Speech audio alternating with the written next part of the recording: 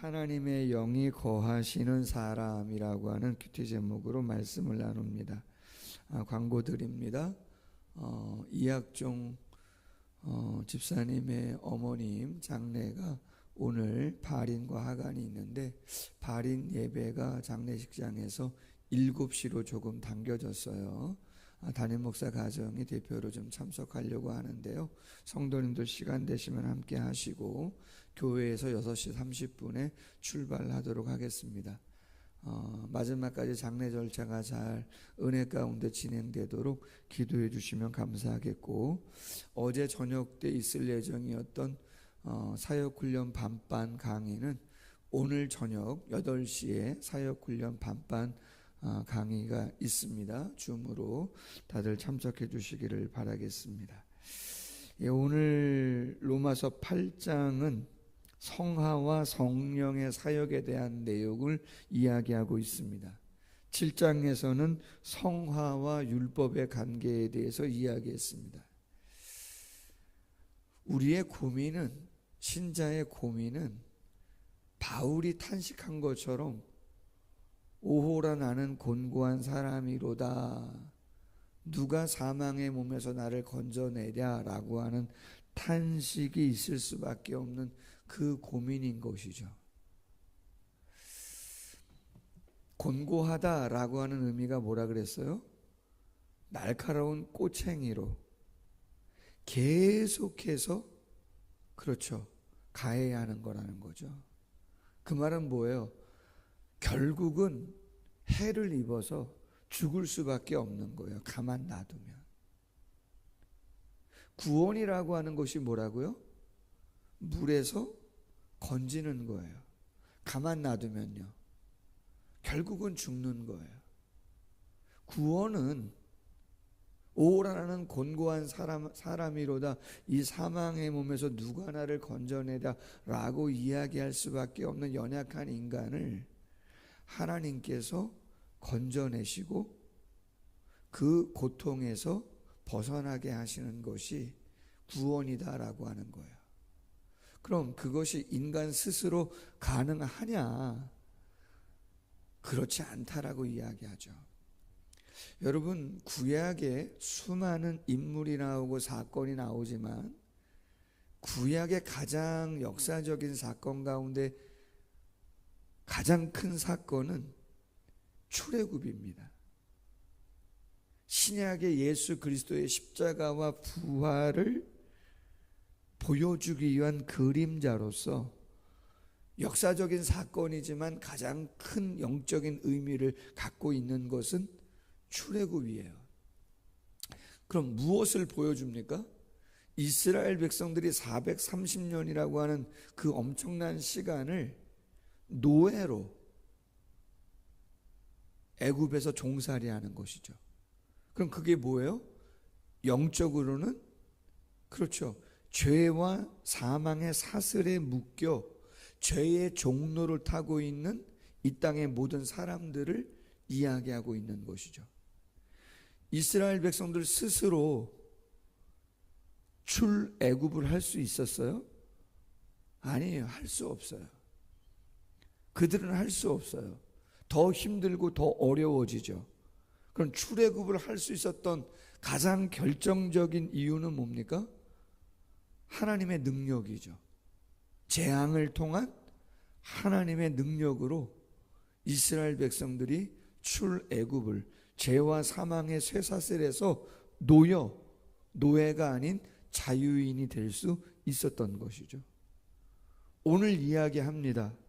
성화와 성령의 사역을 8장에서 이야기하는데, 그러므로 오호라 나는 곤고한 사람이로다, 이 사망의 몸에서 누가 나를 건져내랴 탄식하며 죽어갈 수밖에 없었던, 영원한 노예로 죽어갈 수밖에 없었던 저와 여러분을 그리스도 예수 안에 있는 자에게는 결코 더 이상의 정죄는 없다. 정죄라고 하는 단어는 카타크리노라고 하는 단어인데, 선고하다, 법정에서 꽝꽝꽝 때리잖아요. 이 사람은 사형에 해당한다, 더 이상 안 된다, 이 말이죠. 근데 그 선고를 무효화하는, 정죄가 효력이 없는 그러한 사람들로 우리를 변화시켜 주셨다. 어떻게 해요? 이는 2절이잖아요. 그리스도 예수 안에 있는 생명의 성령의 법이, 성령의 능력이 죄와 사망의 법, 죄와 사망의 능력에서 너를 해방했다. 애굽의 바로왕의 권세를 하나님의 능력이 제압한 것처럼 오늘 말씀합니다. 예수 안에 있는 생명의 성령의 능력이 죄와 사망의 능력에서 너를 해방한 것이다. 우리 힘이 아니에요. 우리의 공로가 아니라고요. 하나님이 우리를 그렇게 출애굽, 영적인 출애굽을 시켜주신 거예요. 율법이 육신으로 말미암아, 그 육신의 의미는 뭐예요? 죄성으로 말미암아 연약하여 할 수 없는 그것을, 하나님 앞에 완전한 순종, 완전한 의를 이루는 그것을 하나님은 하시나니 곧 죄로 말미암아 자기 아들을 죄 있는 육신의 모양으로 보내어 육신의 죄를 정하사 육신을 따르지 않고 그 영을 따라 행하는 우리에게 그 율법의 요구가 이루어지게 하려 하심이니라. 아멘. 여러분, 우리는 하나님도 몰랐던 사람들이에요. 예수님도 몰랐던 사람들이고 십자가와 부활의 은혜를 몰랐던 사람들이에요. 그런데 하나님의 창세전의 선택과 예수 그리스도의 십자가와 부활의 은혜로, 그리고 직접적인 성령의 찾아오셔서 믿어지게 하시는 은총으로 마음으로 믿어 의에 이르고 입으로 시인하여 구원에 이룰 수 있는 원죄의 해결과, 그리고 또한 죄의 앙금이 남아있지만 그럼에도 성령의 감동을 통해서 하나님이 조금 더 기뻐하시는 일들이 무엇인지를 우리에게 알려주셔서 하나님이 기뻐하는 일들을 행할 수 있는 그러한 존재로 우리를 인도해 주셨다는 거죠. 우리의 계획도 아니었고 우리의 공로도 아니었고 우리의 의지만으로 되어지는 것은 절대 아니다라고 하는 거예요. 오직 성령을 따라 행할 때 율법의 요구를 이룰 수 있게 되었다라고 하는 것이죠. 요한복음 14장 17절에 그는 진리의 영이라 세상은 능히 그를 받지 못하나니 이는 그를 보지도 못하고 알지도 못함이라. 그러나 너희는 그를 아나니 그는 너희와 함께 거하시며 또 너희 속에 계시겠음이라. 아멘. 우리도 몰랐었는데 알게 되었고 우리 안에 거하시게 되었고 교제하면서 홍 목사 이렇게 해야지, 그래도 이렇게 해야지, 할렐루야. 그래서 이렇게 가고 있는 거예요. 그게 하나님의 놀라우신 새 생명의 은혜였다라고 하는 것이죠. 5절 이하 말합니다. 육신을 따르는 자는 육신의 일을, 영을 따르는 자는 영의 일을 생각하나니 육신의 생각은 사망이요 영의 생각은 생명과 평안이니라. 율법의 생각은 하나님과 원수가 되나니 이는 하나님의 법에 굴복하지 아니할 뿐 아니라 할 수도 없음이라. 육신에 있는 자들은 하나님을 기쁘시게 할 수 없느니라. 요새 요한계시록을 강해하는데 요한계시록 18장 말씀을 묵상할 때 참 놀랬던, 어떻게 생각하면 너무나 안타까웠던 그러한 본문이 있습니다. 정말 우리가 왜 안 믿는 불신자에게, 안 믿는 가족들에게 그렇게 복음을 전해야 하는가를 정확하게 이야기하는 본문이 하나 나와요. 요한계시록 18장 7절 말씀에 이런 말씀이 있어요. 그가 얼마나 자기를 영화롭게 하며 사치하였든지 그만큼 고통과 애통함으로 갚아주라. 이런 말씀이 있어요. 그만큼 갚아주라. 어떤 말씀이에요? 그가 누구예요? 타락한 세상의 권력과 그 모든 악의 총체를 이야기하는 거죠. 한마디로 하나님을 인정하지 않는, 하나님을 무시한, 그리고 자신이 인생의 주인이라고 생각하는, 그리고 자신들이 만들어 놓은 성공의 우상, 이기적인 우상, 명예의 우상, 쾌락의 우상, 심지어는 소확행의 우상, 하나님과 관계없는 것들을 추구하며 살아가는, 그러면서 말씀을 배격하고 무시하는 그 모든 세상의 사람들이죠. 뒤에는 악의 그림자들이 배후에 있겠지만 어쨌든 복음이 증거되어지고 그리스도의 사랑을 이야기해도 그것을 조롱했던 수많은 세상의 불신자들, 심지어는 우리의 가족일 수도 있죠. 하나님이 그 악에 대해서 말씀합니다.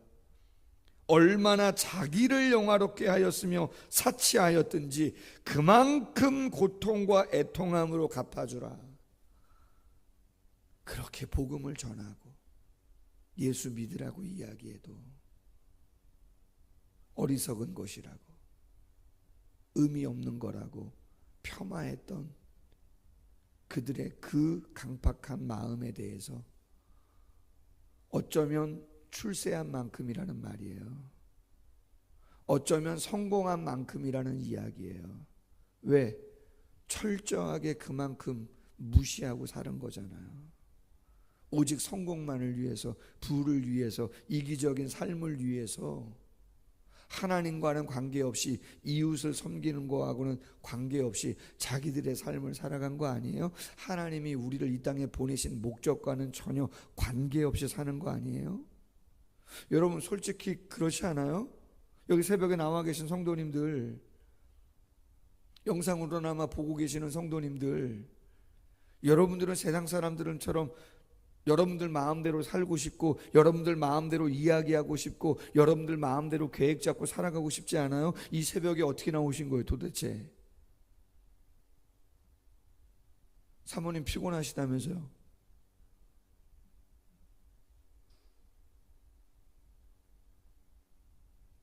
여러분 왜 그런 마음이 없어요? 여러분은 화 안 나요? 쉬고 싶지 않아요? 뭐 여러분들 나름대로 계획 잡고 뭔가 하고 싶은 마음 없으세요? 주일 성수 여러분 쉬워요? 10의 1을 드리는 게 쉬워요? 내가 하고 싶은 대로 하고 싶은 일들 얼마든지 있어요.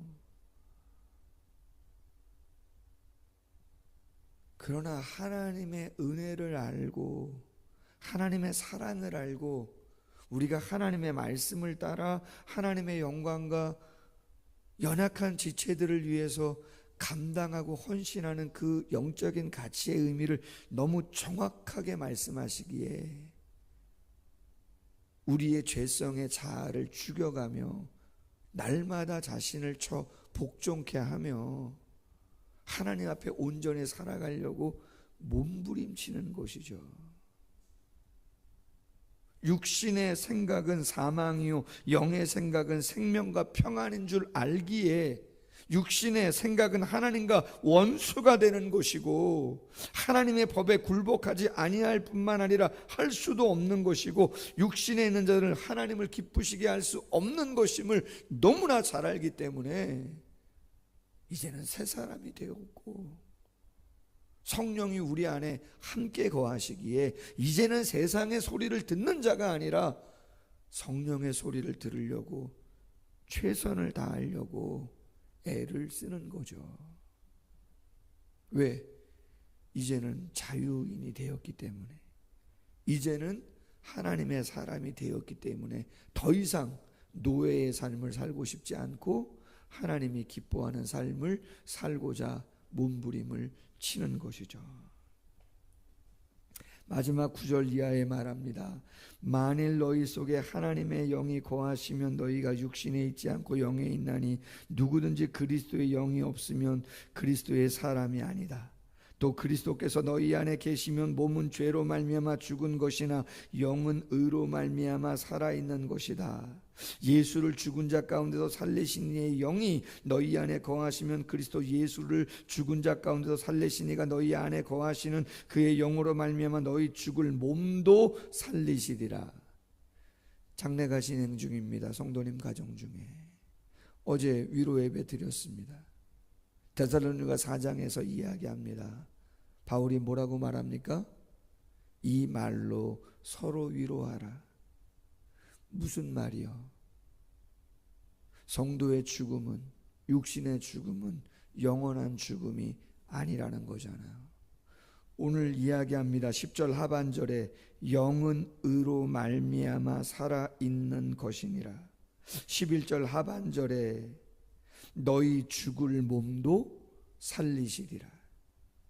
신자는요, 영이 살아난 사람이고 장차 몸도 다시 살아납니다. 예수님 말씀하시잖아요. 이 땅에 살아있는 사람들, 살아있는 것 같지만 영적으로는 어떻다고요? 죽어있는 자들이라는 거죠. 그 죽음의 기준이 뭡니까? 하나님과의 관계가 이어져 있느냐, 회복됐느냐, 아니면 죄로 인해서 끊어져 있느냐, 그 상태로 있느냐, 그게 영적인 죽음을 판가름하는 기준이에요. 저와 여러분 다 끊어져 있던, 영적으로 죽어 있던 자들이잖아요. 그런데 하나님의 선택과 예수 그리스도의 십자가와 부활의 은혜와 성령의 믿어지게 하시는 역사로 말미암아 그 관계가 회복됨으로 영적으로 어떻게 된 거예요? 죽었다가 살아났잖아요. 그래서 늘 말씀드리잖아요. 남편이 안 믿는다, 아내가 안 믿는다, 자녀가 안 믿는다, 누구랑 살아가는 거라고요? 영적으로? 영적인 송장하고 살아가는 거라는 거잖아요.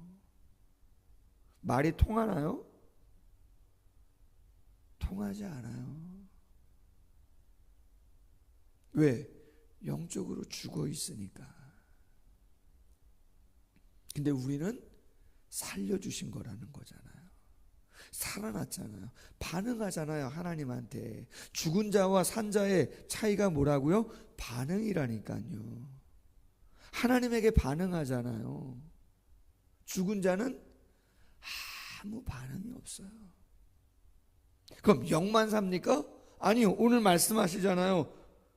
그의 영으로 말미암아 너희 죽을 몸도 산다는 것이잖아요. 이 땅에서 육체의 죽음이 있고 나서 우리의 영은 예수님 말씀하시는 것처럼 십자가상에서 우편의 강도에게 뭐라고 말씀했어요? 네가 오늘 나와 함께 어디에 있으리라? 낙원에 있으리라. 예수님 재림하셔서 새하늘과 새 땅 새 예루살렘에서 영원히 사랑하기 그 이전에 재림 전에 죽은 성도들 가 있는 곳이 어디라고요? 낙원이다. 영으로 가 있죠. 그럼 육체는요? 흙으로 와서 흙으로 가는 것이죠. 그럼 흙으로 가 있는 그 육체가 언제 다시 살아나는 거예요? 완전한 육체로. 고린도서 15장에 있는 신령한 육체로 언제 부활하는 거예요? 그렇죠. 예수님 재림하실 때 영과 육체가 온전히 결합돼서 완전한 자를 이루는 거 아니겠어요? 그럼 불신자들은요? 그렇죠. 영원한 형벌에, 영원한 죽음 가운데 거하게 되어지는 것이죠. 성령과 성화에 대한 이야기를 로마서 8장에서 하면서 오라 나는 곤고한 사람이로다 어찌할 수 없는 저희들인데 오직 출애굽할 때 이스라엘 백성들 스스로 출애굽할 수 없었던 것처럼 우리의 능력으로는 아무것도 할 수 없지만 예수 안에 있는 생명의 성령의 능력이 죄와 사망의 능력에서 우리를 해방한 거다. 자유를 주신 거다. 하나님의 능력으로 출애굽이 가능했던 것처럼 영적인 출애굽이 이루어진 것이다. 육신의 생각은 사망이고 영의 생각은 생명과 평강이다. 우리가 가야 할 길은 분명합니다. 전도하셔야 돼요. 그래서 전도해야 되는 것이에요. 살려야죠. 그래야 함께 영원히 거하죠. 쉬운 일은 아니겠지만 계속 중보기도 하세요.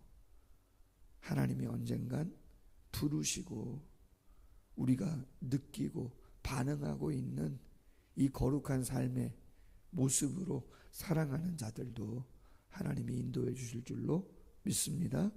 기도하겠습니다. 하나님 아버지, 우리에게 영원한 생명에 대한 은혜를 주시고 완전한 그날을 소망하며 살아갈 수 있도록 인도하심에 하나님 감사함을 드립니다. 똑같이 일상의 삶을 살아가는 것 같지만 하나님 안에서 영적으로 바라보면 그것은 하늘과 땅 차이인 것을 알고 있습니다. 하나님이 초청하시고 당신의 사랑을 보여주심에도 불구하고 하나님의 말씀을, 하나님의 그 사랑을 인정하지 아니하고 멀리하고 심지어는 무시하고 조롱하고 때로는 더 세상의 그 무엇으로 대적하는 모습들도 있지 않습니까? 주님, 이 혼란스럽고 버거운 세상의 삶이지만 성도가 어떠한 마음의 중심으로 삶을 살아가야 하는지 로마서의 말씀을 통해서 분명히 말씀해 주고 계시오니 죄와 사망의 능력에서 우리를 온전히 성령의 능력으로 해방시켜 주시고 그 성령이 우리 안에 함께 하신다고 말씀하여 주셨사오니 오직 성령의 인도에 따라 성령의 말씀하심에 따라 우리 자신의 죄성을 죽이며 하나님이 조금 더 기뻐하시고 원하시는 거룩한 길들을 걸어가는 우리 모두가 되어질 수 있도록 함께하여 주옵소서. 그러하기에 서로의 아픔과 약함을 위로하고 격려하고 더욱더 하나 되어서 더욱더 서로가 서로에게 힘이 되어 우리에게 주어진 길들을 잘 감당하고 나아가기에 부족함이 없도록 주님 함께 하시고 축복해 주시옵소서. 감사하며 예수님의 이름으로 기도하옵나이다. 아멘. 계속해서 기도하겠습니다.